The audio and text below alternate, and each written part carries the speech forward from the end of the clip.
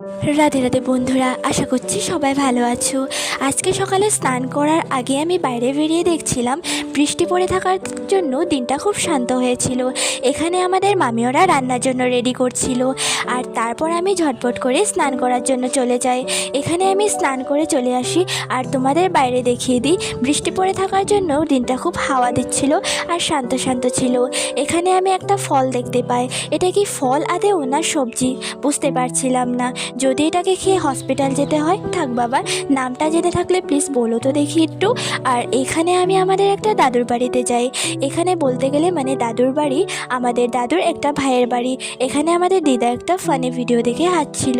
তারপর ভাই ঘুম থেকে উঠে আসে, আর ও আমায় দেখে পুরো অবাক। এখানে ওকে নিয়ে তারপর আমি একটু খেলা করছিলাম। বৃষ্টি পড়ে থাকার জন্য এখানে ফুলগুলো খুব একদম ফুটে উঠেছিল, মানে দেখতে আরও খুব সুন্দর লাগছিল। তারপর আমি এখানে এই আপেলটা খাচ্ছিলাম।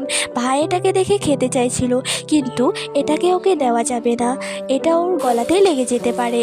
তারপর এখানে সকালের জন্য দিদা খিচুড়ি রান্না করছিল, আর সাথে বানাচ্ছিল এই আলু ভাজি। তোমরা কারা কারা খেতে ভালোবাসো জানিও অবশ্যই। আর এখানে আমাদের ছোটো মামি একটা দহি বুটেছিল চাদরে।